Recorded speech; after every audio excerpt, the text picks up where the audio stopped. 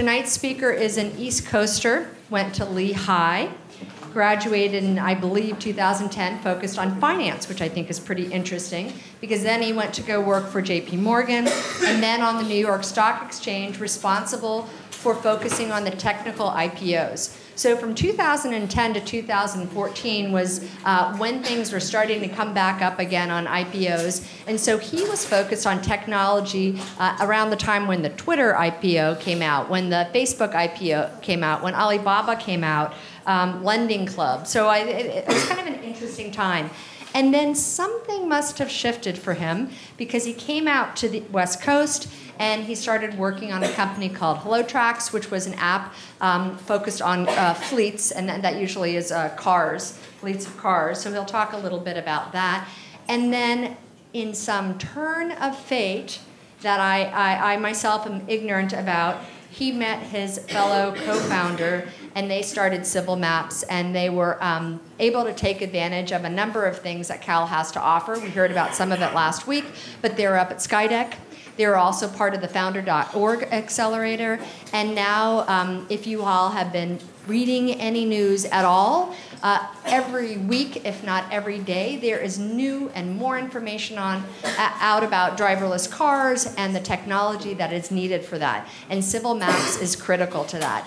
Early March, there was a big article on them in the New York Times. And of course, they keep getting mentioned because of this huge agreement to purchase that came out from Intel just yesterday to purchase a company called Mobileye. So Jason will be able to tell us a little bit about his background, how he went from finance to go into technology, how he found his founders and started Civil Maps, what's happening and is of interest in that space at the moment, and where he sees things going in the future. So please give a hearty welcome to Jason Creador. Thank you, Jason. Thanks, everyone, for being here today. Kind of want to use this time to talk a little bit about my entrepreneurial journey and share some insights so you can learn from my experiences and hopefully not make some of the same mistakes that I made, and also be more successful on the journey that maybe you'll take in the future as well. So I'll go over, once this finally seems to load, I'll go over kind of my journey and what I've done so far, and then where I'm going in the future. I co-founded Civil Maps a few years ago with the hope of really making autonomous trains, not autonomous cars. And that idea was a little bit innovative for the industry. So over the course of a few years, we've had a few pivots and have learned from our findings from the industry and have changed course along the way, which each successful change gaining more traction and becoming more successful. So as mentioned before, autonomous cars have very much been in the news. Most recently meaning yesterday, Intel acquired Mobileye for an announced $15 billion. It was a publicly traded company, so no longer a startup. They have products in the marketplace. Prior to that, Ford acquired a portion of Argo AI. This was a month ago for a reported valuation of $1 billion. The deal terms are still being discussed. Prior to that, you may have heard Uber Uber acquired, I'm waiting for this to download, but Uber acquired a company in the self-driving space called Otto for just above $680 million. And then prior to that, but still in 2015, there was a big acquisition from General Motors for Cruise. So these are all acquisitions of startups, or in the case of Mobileye, publicly traded company in the startups in the autonomous vehicle space for $500 million and up. So all these huge acquisitions are happening in the space, and there's a lot of activity. So that's why a lot of the financial startup and mainstream press are paying a lot of attention to the industry. So we went over my background, started in finance, did a lot of securitization and business development for the New York Stock Exchange and JP Morgan, transitioned to tech, which I'll talk a little bit about that transition, and then tell you a little bit about the company that I co-founded, Civil Maps. Essentially, Civil Maps is a cognition company, and what we do is we make sense of the road for autonomous vehicles and mobile robotics. So what that means is we essentially use artificial intelligence to make sense of the environment so that we can tell the car safe areas to drive and areas that it shouldn't be driving. So the comparison I give is going from a car that you and I drive to an autonomous car is quite a big leap. And essentially what we provide is artificial intelligence to help the car understand its surroundings. And sometimes the comparison I make is like an RC car versus an autonomous car. In the case of like an RC car or a remote-controlled car, you have a human who is both controlling like the throttle and steering, and also like seeing the environment and making decisions about, hey, I see like an obstruction, like a parked car, I need to go around it, or I see a good spot to drive. So similarly, that's what we're doing at Civil Maps. We're creating artificial intelligence to process that raw sensor data, whether it be cameras, LiDAR, radar, and other sensors on these autonomous cars, and making sense of that. And one comparison I give sometimes too is kind of like facial recognition technology. So if you have an image, you and I can like interpret what's in the image, but a computer can't unless it has artificial intelligence technology like facial recognition or object recognition. So essentially we're employing similar technology, but for 3D data rather than 2D picture data. And that's how we can interpret the environment and make sense of it. So I'll talk a little bit about some of our traction points. To date, we've raised about $8 million from Ford, SAIC Motors, and some like traditional venture-backed entities. We're about 35 employees. We were founded here in Berkeley, incubated by Skydeck, and now recently moved to San Francisco. We also participate in a few other startups, incubators and accelerators, including StartX, Founder.org, and one recent business development focused accelerator called the Dubai Future Accelerator. And I'm welcome to answer questions in the Q&A portion about those accelerators, because if you're starting a venture, I'm a big proponent of joining one of these programs. Finally, we have a few different patents in machine vision, self-driving cars, and won various awards in both in terms of Interbrand's most innovative brands and a CES Innovation Award as well. A lot of different press mentions: mainstream press, financial press, automotive press, tech press. I'll talk a little bit about my startup journey and how I got to those traction points. For better, for worse, it takes like a while to get up to like 35 employees and raise like $8+ million. It doesn't happen overnight. And for me, it was like a long journey. It took a lot of work and effort, hard work and effort. And like there's highs and there's lows, and there's some points that you want to like throw in the towel. There's some points that like everything's going really well and like you think it can never end. So it really is like a journey and a roller coaster with ups and downs, and there's a lot of considerations. So throughout the presentation, I'll have like these questions that if you're going to start your own venture or join an early stage venture or join a larger company, these are questions that you'll probably encounter yourself. And I'll kind of talk through like my thought process and how I address that question. And then it'll be great at the end to like kind of hear any other follow-ups. Welcome to Roadshow's Autocomplete for Friday, July 15th. I'm Tim Stevens, and here's what's making news. Ford is one of 5 companies investing a total of $6.6 million in a startup called Civil Maps. The company uses LiDAR and camera data to create highly detailed 3D maps for the next generation of self-driving cars. With a small data footprint and the ability to be updated quickly, Civil Maps is hoping its work will make the transition to driverless cars as smooth as possible. So that was a little introduction to the company and some visuals on exactly how we do. That last image there was our augmented reality maps, which is essentially taking camera feed information and superimposing our maps or our understanding of the environment on top of that, so that it's a very visual way of describing the environment that's familiar to you and I, so you can understand exactly what the car is seeing and doing. So I kind of talked about where we are now. I'm going to talk a little bit about the journey to that place now. So the startup journey. So what's a startup and what's not a startup? So a lot of times when you'll speak with, usually when you're doing recruitment, when you're looking for jobs, like there'll be a lot of companies talking about how they're like very startup oriented or have like entrepreneurial spirit. But you kind of have to filter and have an understanding, because right now startups are hot, so everyone wants to be a startup. I've heard companies say like, hey, we're a 100-year-old startup. We have entrepreneurial blood. But that's kind of hard to do. So I kind of follow everyone has their own definition, but I kind of go for the Steve Blank definition, where like a startup is a business or entity that's trying to find a repeatable business model. So essentially, you're in search mode trying to find that. There's many businesses who maybe have their product figured out, but not their business.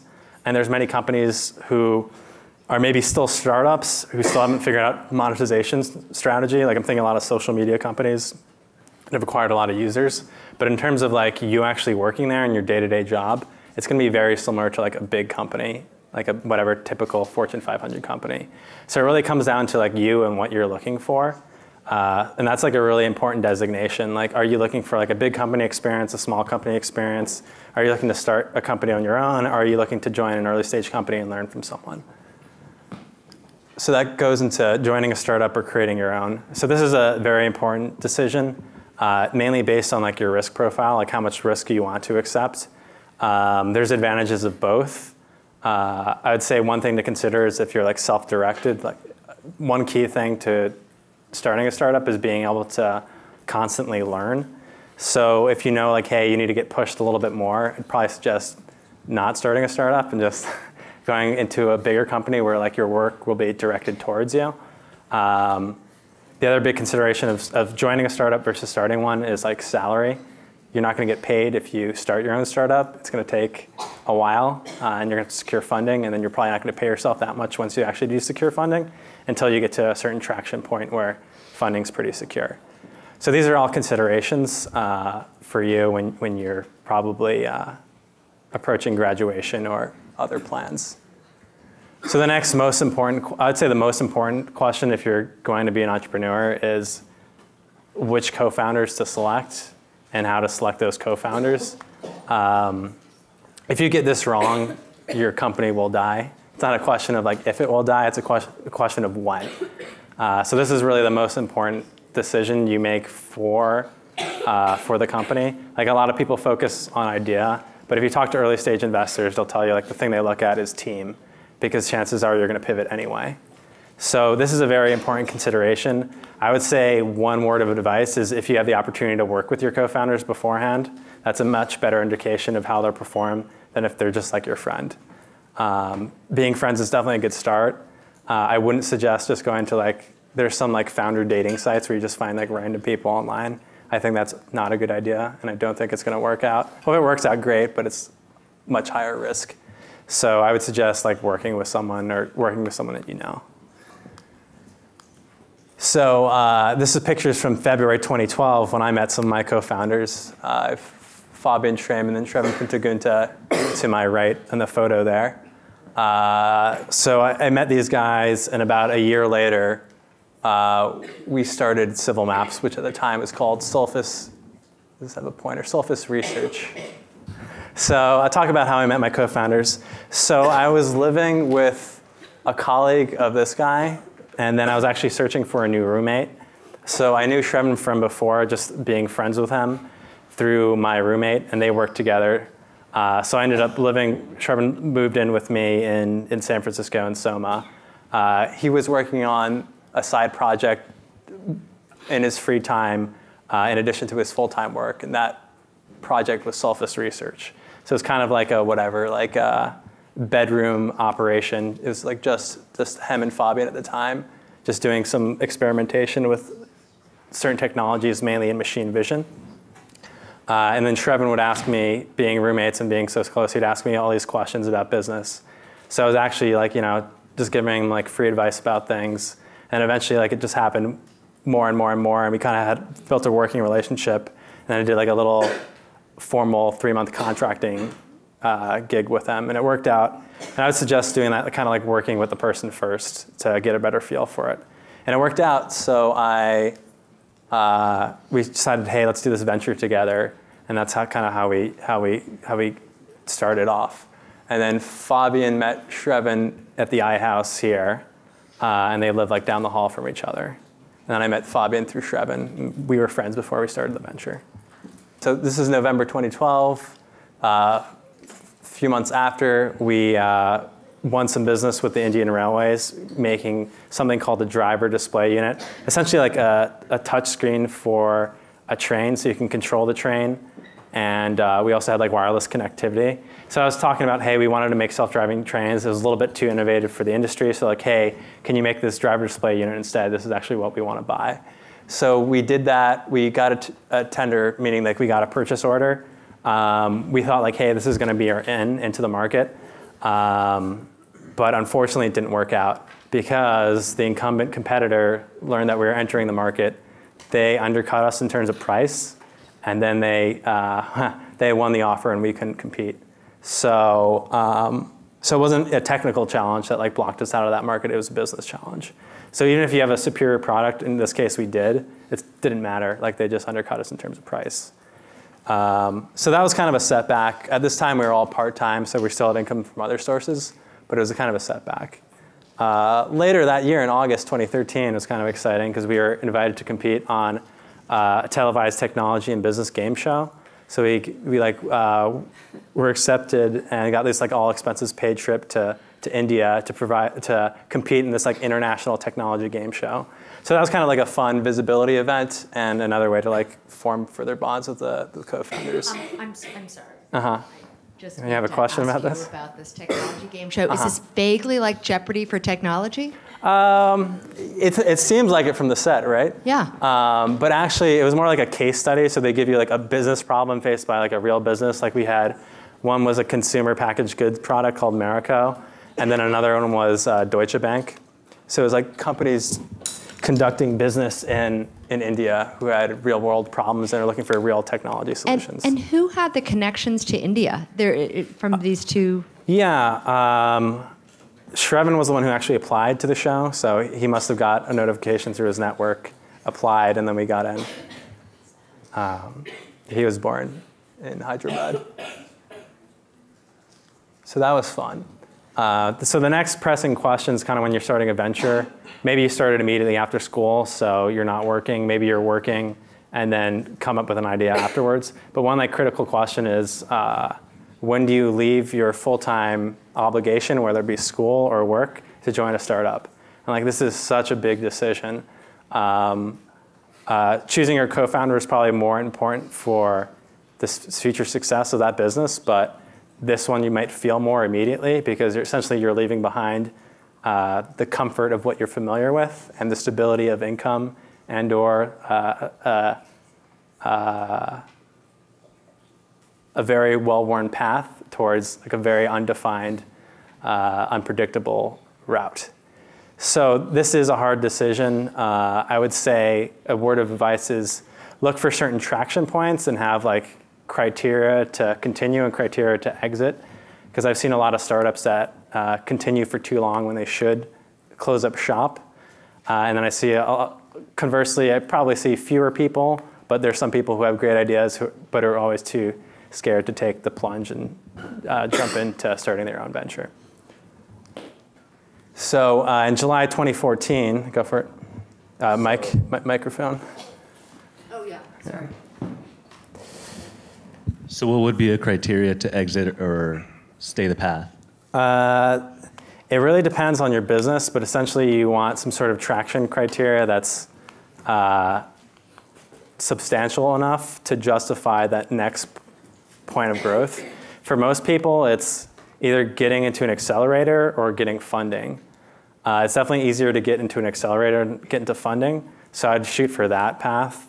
So my suggestion would be apply to accelerators. When you get into one, then go full-time to your startup when you're in that accelerator. Typically, they're 3 to 6 months, and just like sprint for those 3 to 6 months. And by the end, most of them have demo days. And then if you secure funding by the end of the demo day, continue.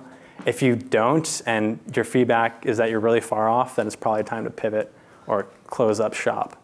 But if you're close, you can push a little more.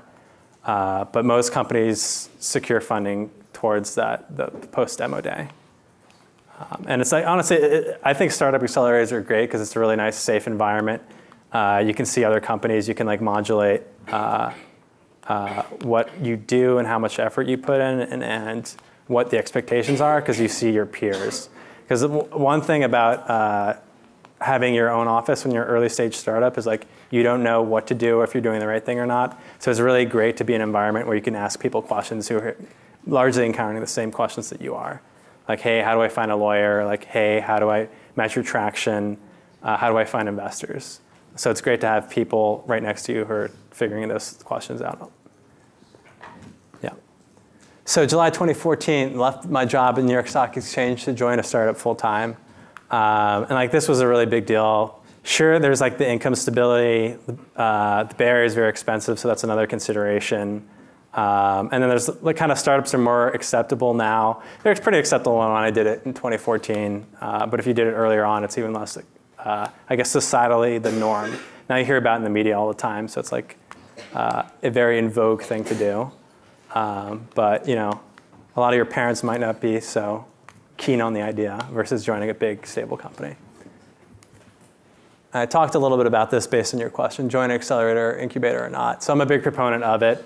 Some take equity. You can usually negotiate that down. So that's one thing that people don't know. In our case, we got accepted to 500 startups and actually turned that down because of the equity commitment for that. We probably could have negotiated down a little bit, but we had the traction point of getting that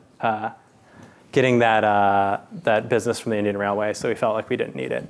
But when that didn't pan out, we ended up needing some support, so then applied to Skydeck and a few others.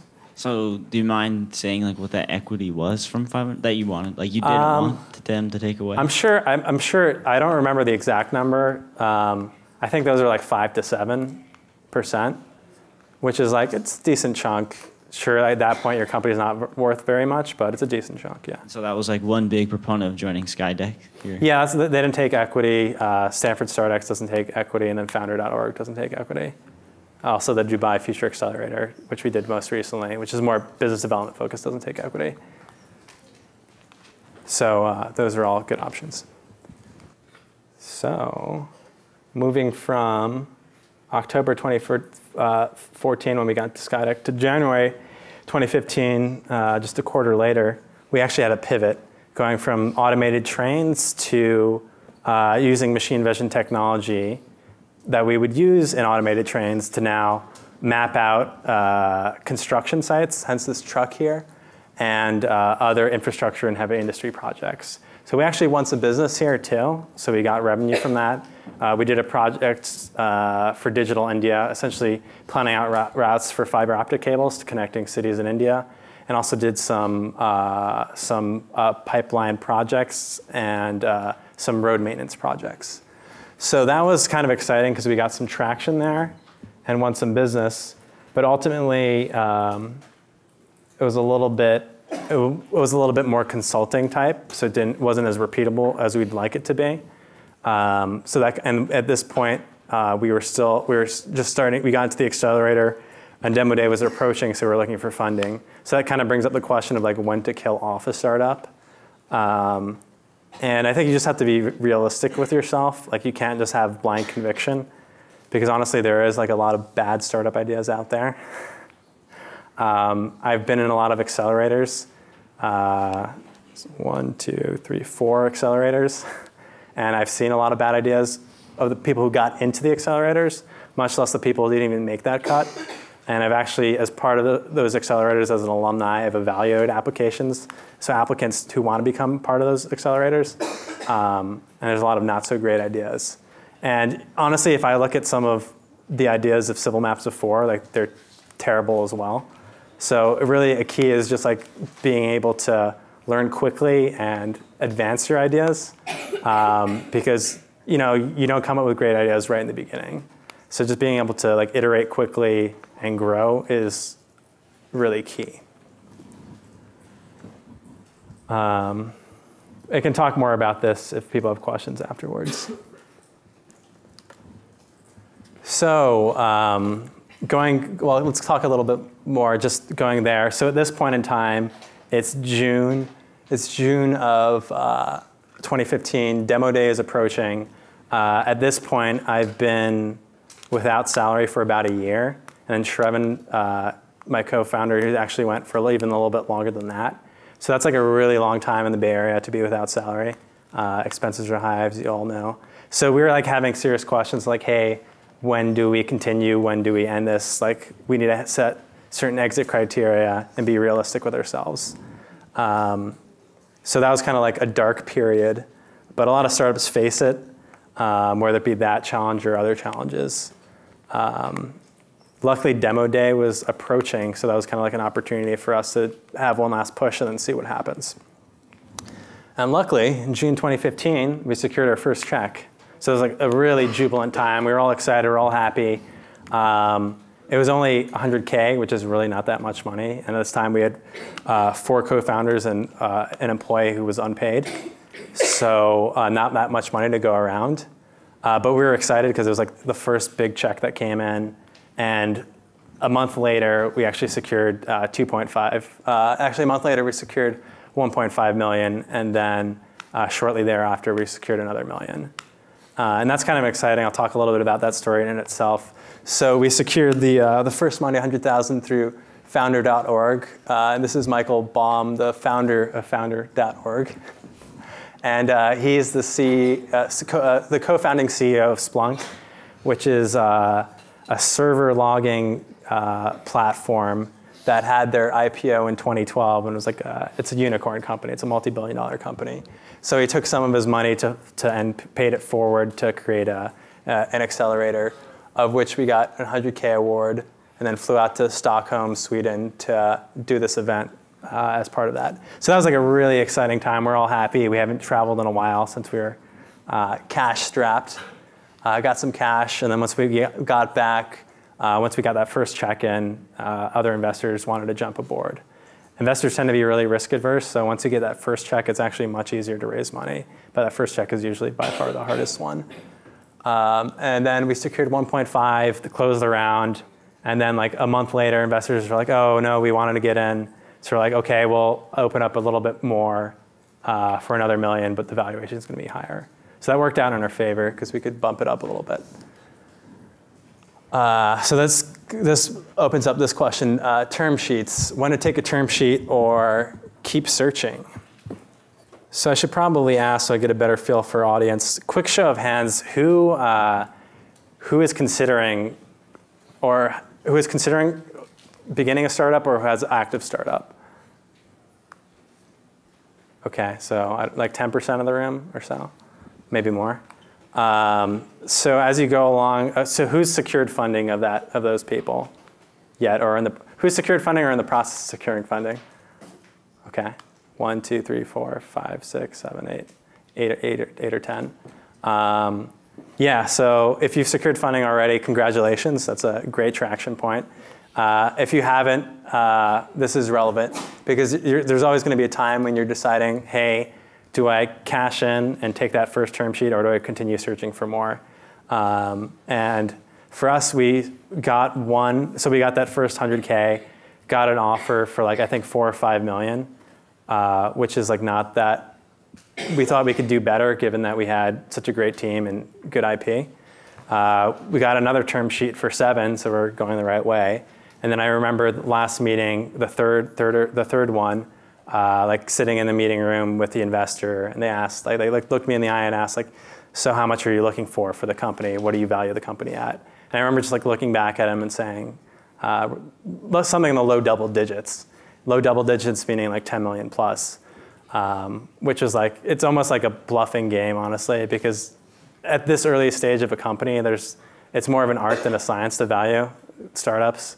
And it's largely based on their perception of you, partially based on what other companies in the field are doing, but it doesn't have that much of a bearing. Anyway, so they accepted, so we got a really great valuation, and we were all super excited about it. We were at Skydeck at the time, so instead of getting $1 ice cream, we got $4 gelato on Shattuck Street. So living it up. So that was a great time. So after we got that 100K, but prior to getting that additional funding, we made another kind of like, I wouldn't even call it pivot, I would call it like progression in terms of the vision, where instead of just doing only maps and interpretation of the environment for construction projects, we moved on to do maps of the road for self-driving cars. So at the time, July 2015, like self-driving cars were kind of being talked about again, and people and auto companies were focusing on it. We had some early meetings with companies, and like a lot of them were still very much in the education phase where they didn't really know much about it. So we were just kind of telling them our findings and what we knew about the industry at the time. Enterprise B2B sales, it takes a while. So July 2015 made that pivot. January 2016, 6 months later, we won business from Ford to create a map of a specific geographic area. And this was like a really big traction point for us. Like, hey, now we have business from a major automotive maker. And it's a pretty harrowing experience because you go into their office. In this case, they have an R&D center in Palo Alto. And you drive down and you have a meeting with them. You come back, have another meeting, come back and have another meeting. And after like a series of meetings, meeting with them and defending your technology and business plan, then finally that you'll get to like the contract negotiation phase. So that's another consideration. Like business to business is a much longer sales cycle than if you're just doing like a B2C type business. So if you go back to that picture, is that your technology? Yeah, so I was going to bring one here. But this is essentially the hardware component that we created here. So we're calling it the Atlas. And it consists of a LiDAR, which is a laser radar, a camera up front, a GPS unit, inertial measurement unit, which measures acceleration, kind of like an accelerometer. And then it has like 4G wireless connectivity, and essentially an ARM processor. So what we do is we take the information from the sensors that like shoots out and scans the environment. We then interpret that information in the computing hardware here, and then upload it to the cloud. And what we're doing is we're interpreting the environment so the car can use it in real time, but also uploading it to the cloud so other vehicles on the Civil Maps platform can use that information. So you can know what's around the corner before you even establish a visual line of sight. So if there's like, for example, like a street site that's being blocked by a car or a tree, we already know that's there because it's in that map or that collective intelligence. So that's really core to our technology. We're focused on the software and the artificial intelligence that lives into here. So this is eventually going to go away and just live in the vehicle itself because we're not a hardware company. We're just focused on AI and software. What happens when you lose connectivity? And what steps have you taken to mitigate any problems that happen when you lose connectivity? Yeah, so we're still working through that and making the system more robust. Right now we're in the proof of concept phase. In terms of connectivity though, we have a cache on the system, so we can cache some of that information. So when connectivity is reestablished, we can upload that information. And the vehicle itself has an understanding of where it is and where it needs to go. So point A and point B, kind of when you like type into a map, I'm here and I want to get to this point. So it actually caches a map in the car itself when it has connectivity. And then when say it loses connectivity driving along the route and it sees an update, for example, there's a new street or like a sign's change, say a stop sign now is a traffic light because it became busier, it'll send that update to the cloud once it regains and establishes connectivity. Thanks for the question. So won Ford as a customer, delivered to them. 6 months later, they were very happy, and then we secured investment from them. So that was a big traction point too, securing investment from a major automotive manufacturer. Also, corporate venture capital, in this case, like a big company. It's a much longer due diligence process, and it also is a really good traction point because it's kind of their vote of confidence in the company and their willingness to put their time and money into us. We got a nice announcement from Mark Fields, the Ford CEO, as well during a press event. So second half 2016, what we've done in the previous, I guess, 9 months is we secured 4 other customers with the money that we gained and also grew the team. So we progressed product, grew the team, progressed product, and was able to secure other automotive customers, of which we haven't announced yet, but we'll be talking about that sometime soon. So you touched on finding founders a little bit, but what would you say are like certain qualities to look for in founders? certain qualities to look for. I think it's very dependent on what type of business you're starting and what type of culture you want to have in your company. Maybe it's like a more serious culture, maybe it's more fun-loving.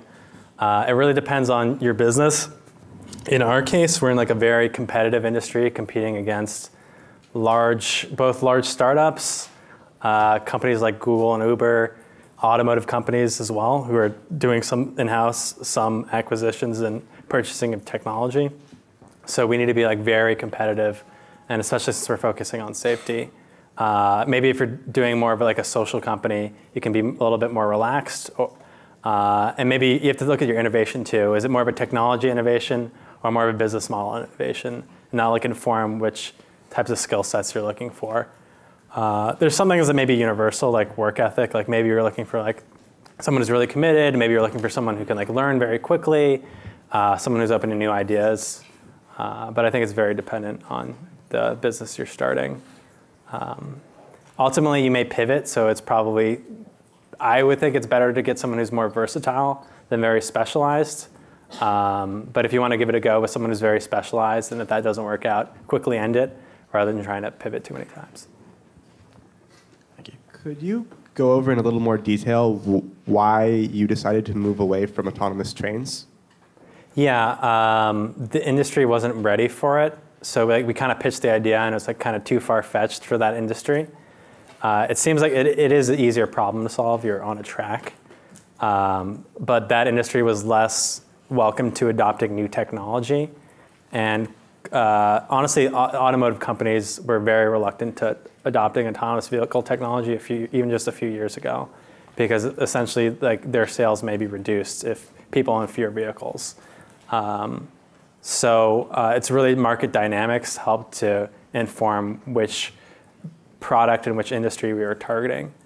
In this case, certain companies, let's say like Google, which made a lot of progress in autonomous cars early on, put a lot of pressure on the traditional car companies to start pursuing autonomous technology, which opened up an opportunity for a pairing of large car companies and smaller startups so they could advance the technology and catch up.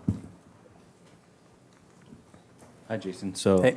I'm a business major, so I have two questions. Do you feel that being in banking helped you in your startup?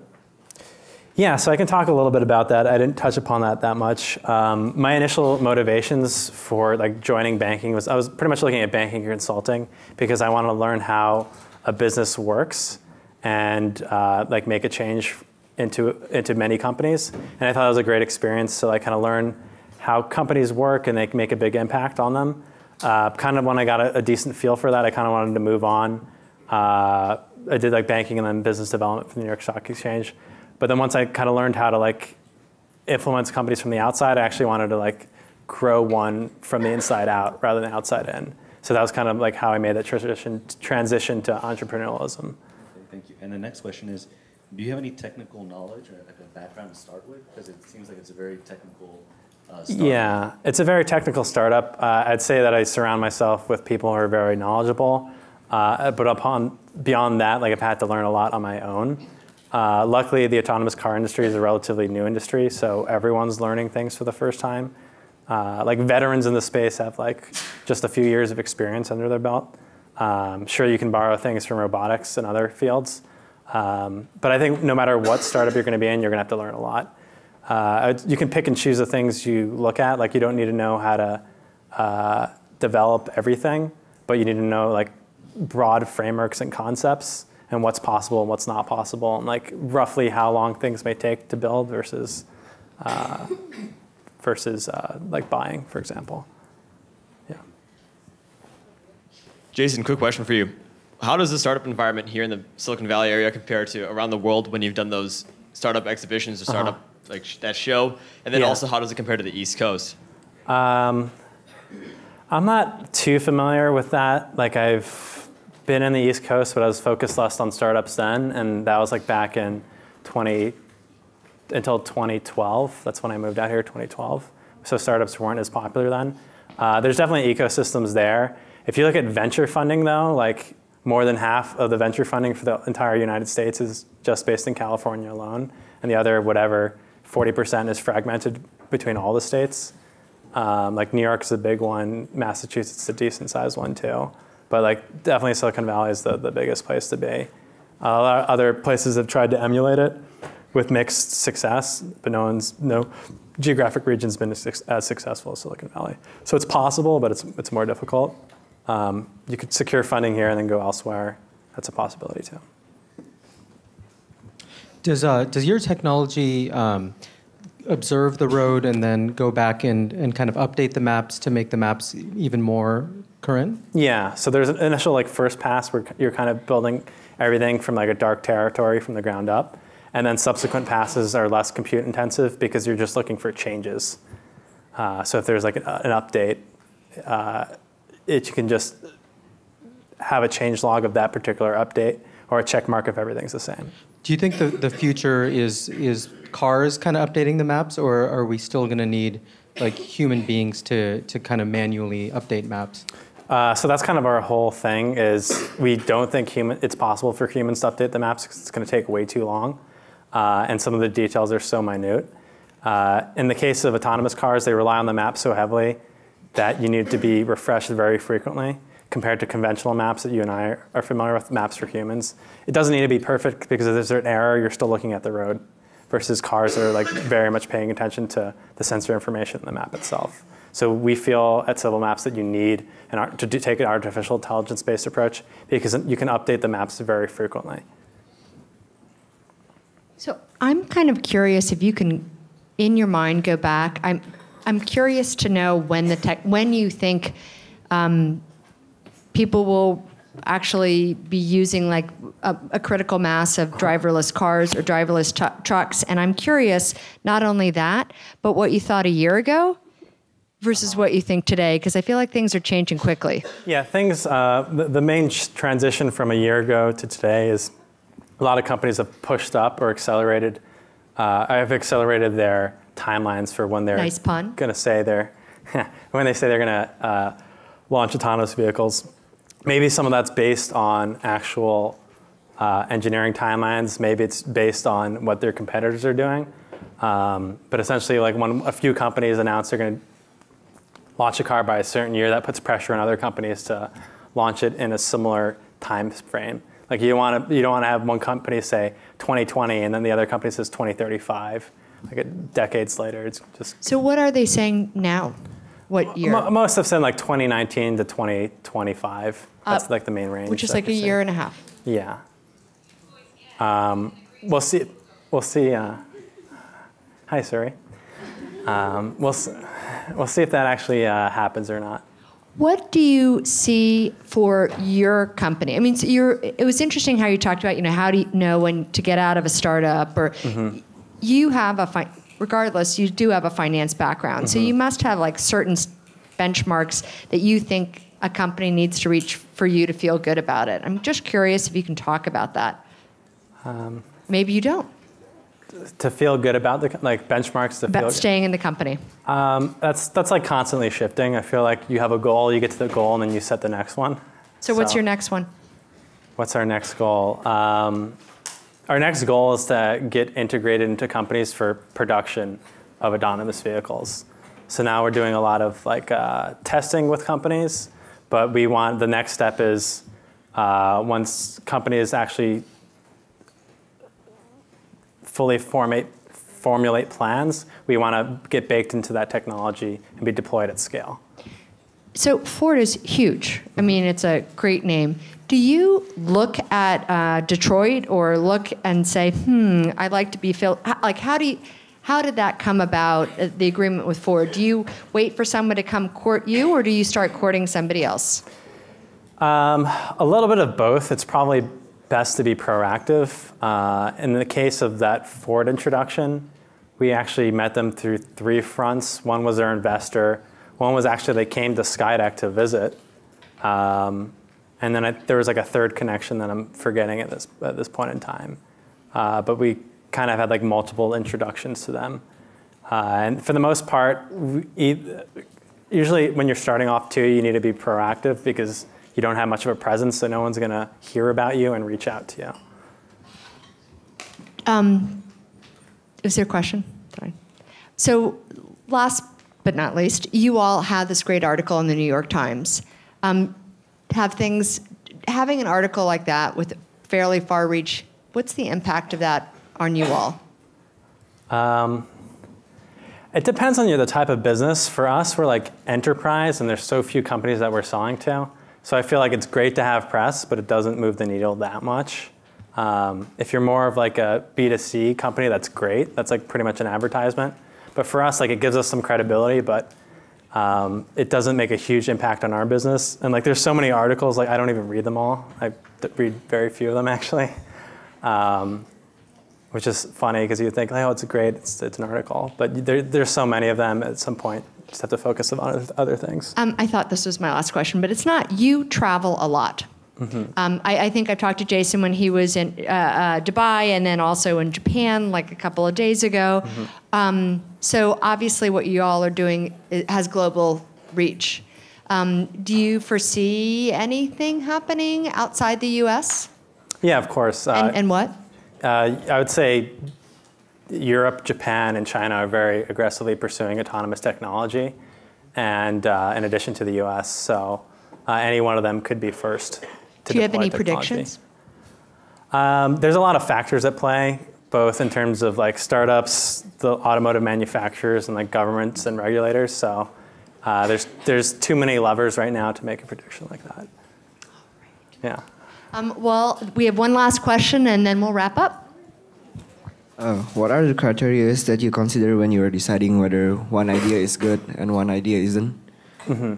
So considerations for one idea is good and one idea is not good. The criteria is? It really depends on what category the idea falls into. Like, for example, if it's like a SaaS company, you could look at like monthly active users and like attrition rates, and like what the average check size is. If it's more like a social company, maybe you're just focused on user acquisition and growth rates. So I would look to the industry that your idea falls into and then look for either the most typical measures of traction, or if you're in a unique space, pitch your traction metrics to investors and see if they're credible or not. Because ultimately that's probably who you have to persuade to secure funding. Jason, what's incredible is you have such an even keel in talking about such fascinating technology. So I'm sure that's also attractive to investors. So thank you for sharing the journey that you've had with us, and I hope you'll stay for just a little bit longer.